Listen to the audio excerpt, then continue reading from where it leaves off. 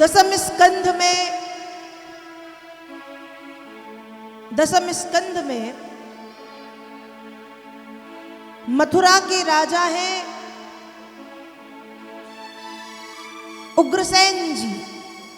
यदुवंश में देखिए मात्र 15 मिनट की कथा है और भगवान कृष्ण का जन्म होने वाला है, इसलिए निवेदन कर रही हूं शांत बैठे रहें, शांति का परिचय दें। आज तो आपने काफी शोर किया है, बहुत ज्यादा।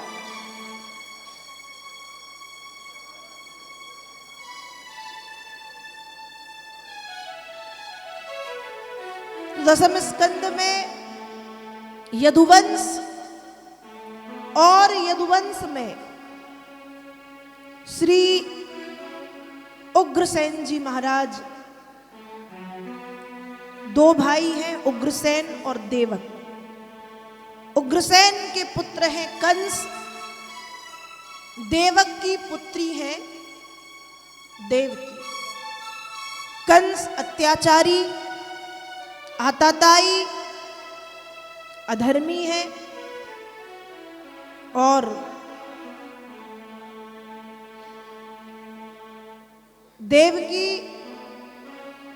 बड़ी सीधी साधी और सरल है। कंस अत्याचारी है पर अपनी चचेरी बहन देवकी से कंस परम स्नेह रखता है। देवकी का विवाह जब वसुदेव जी के साथ हुआ तो कंस का अपनी बहन से इतना लगाव है कि वो रथ का सारथी बनकर के देवकी को छोड़ने जा रहा है और मार्ग में आकाशवाणी हुई, पथि प्रग्रहीणम कंसो मां भास्याः शरीरवा अस्यास्त्वामष्टमो गर्भ हन्तायां वहसे अबुध। मार्ग में आकाशवाणी हुई, अरे मूर्ख कंस, तू जिसे रथ का सारथी बनकर के ले जा रहा है, उसी देवकी के गर्भ से जन्म लेने वाली 8वीं संतान तेरा वध करेगी और तू मारा जाएगा। ऐसा सुनकर के कंस आश्चर्य में पड़ गया, रथ रोक करके रथ से उतरा, तलवार निकाल के देवकी को मारने के मन में विचार लाया। वसुदेव जी महात्मा थे, अनेक अनेक प्रकार से कंस को समझाया, लेकिन जब कंस नहीं माना तो वसुदेव जी ने कहा कि कंस तुम देवकी को छोड़ दो, मैं वचन देता हूं कि देवकी के गर्भ से जितनी संतान जन्म लेंगी मैं तुम्हें ला करके दूंगा। कंस जानता है वसुदेव जी वचन के पक्के हैं, इसलिए मान गया। समय बीतने पर देवकी ने एक पुत्र को जन्म दिया, नाम रखा है कीर्तिमान। देवकी रो रही है पर वसुदेव ने वचन दिया है, इसलिए वचन दे करके हृदय पर पत्थर रख के अपने बेटे को ले गए। कंस ने कहा ये छोटा सा बालक मुझे कैसे मारेगा, मेरा शत्रु 8वां पुत्र है, मैं उसे ही मारूंगा, इसे आप ले जाओ। वसुदेव जी प्रसन्नता के साथ चले गए।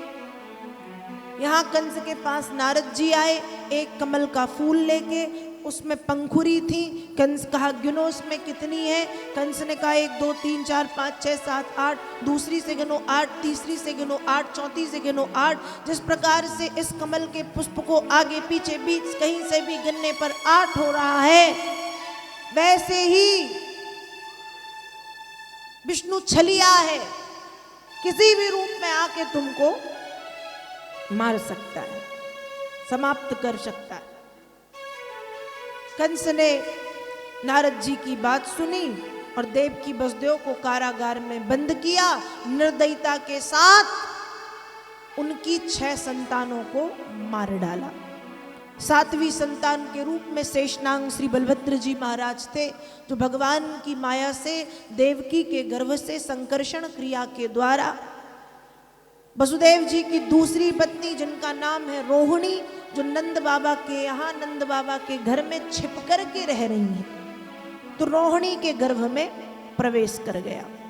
और कुछ समय के बाद वह शुभ घड़ी आ रही है, जब भाद्र मास के कृष्ण पक्ष की अष्टमी तिथि में रात्रि के 12 बजे तम अद्भुतम वालकमंबुजे क्षणम चतुर्भुजम शंख गदायुधायुधम श्रीवत्सलक्ष्मं गलशोभिकौस्तुभम पीतांबरम शांद्रपयोध शौभम। देवकी और वसुदेव ने भाद्र मास के कृष्ण पक्ष की अष्टमी तिथि में रात्रि के 12 बजे एक अद्भुत दृश्य देखा है। देख रहे हैं कि चतुर्भुज रूप धारण की एक छोटा सा 5 वर्ष का बालक प्रकट हुआ है। चारों भुजाओं में शंख चक्र गदा पद्म इत्यादि से युक्त सुंदर सुंदर पीले वस्त्र पहने सावरी सी सूरत है। मन चाह रहा है दर्शन करते रहे, पर डर है कि कहीं कंस इसे भी आके मार ना दे। वसुदेव जी ने कहा प्रभु आप छोटे हो जाओ। भगवान ने कहा ठीक है, और भगवान ने बता भी दिया कि छोटा हो रहा हूं, मेरे छोटे होते ही मुझको अपने मित्र नंद बाबा के यहाँ छोड़ाना गोकुल में। कैसे? कहा ये आप जानो कैसे। अब भगवान हो गए छोटे से। वहां एक पड़ा था सूपा, उस सूप पे भगवान को रख लिया, सिर पर रख लिया सूप। वो सूप सिर पे आते ही हाथों की हथकड़ियां, पैरों की बेड़ियां खुल गईं, कारागार के दरवाजे भी खुल गए और सारे सैनिक भगवान की माया का प्रभाव था तो सब सो गए, सो चुके हैं सब। अब वसुदेव जी पहुंचे यमुना जी के किनारे। यमुना जी में बाढ़ आने लगी। यमुना कहती हैं त्रेता में सरयू और गंगा से पार हुए, पर मैं रह गई। आज जब तक आपके चरणों का जल नहीं पीती राघव ठाकुर जी, मैं आपको निकलने नहीं दूंगी। बाढ़ आ गई, घुटने तक आई, कमर तक आई, हृदय तक आई, मुख तक आई। वसुदेव जी डूबने लगे, बचाओ बचाओ। भगवान ने भी पैर निकाले, यमुना जी ने पैर धोए, जल पिया। वसुदेव जी के पैरों के नीचे से यमुना जी बहने लगी। वसुदेव जी के पैरों के नीचे से यमुना प्रवाहित हो रही है। वसुदेव जी जल्दी जल्दी पहुंचे गोकुल। वहां भी माया के प्रभाव से सब सो रहे हैं। यशोदा रानी ने एक पुत्र को, एक लाली को जन्म दिया है, और वसुदेव लाला लेके आए। लाला को मैया के बाजू में लिटाया, लाली को उठा करके वापस ले आए। बिटिया के आते ही माया का प्रभाव समाप्त हुआ। कंस का कारागार बंद हुआ, हथकड़ियां लग गईं, बेड़ियां पड़ गईं। सारे दूत, सैनिक, सेवक, सेविकाएं सब जाग गए। कन्या ने जोर जोर से रोना शुरू किया। कंस तक खबर पहुंचाई गई कि देवकी ने 8वीं संतान को जन्म दे दिया। कंस जिस अवस्था में था भागा चला आया।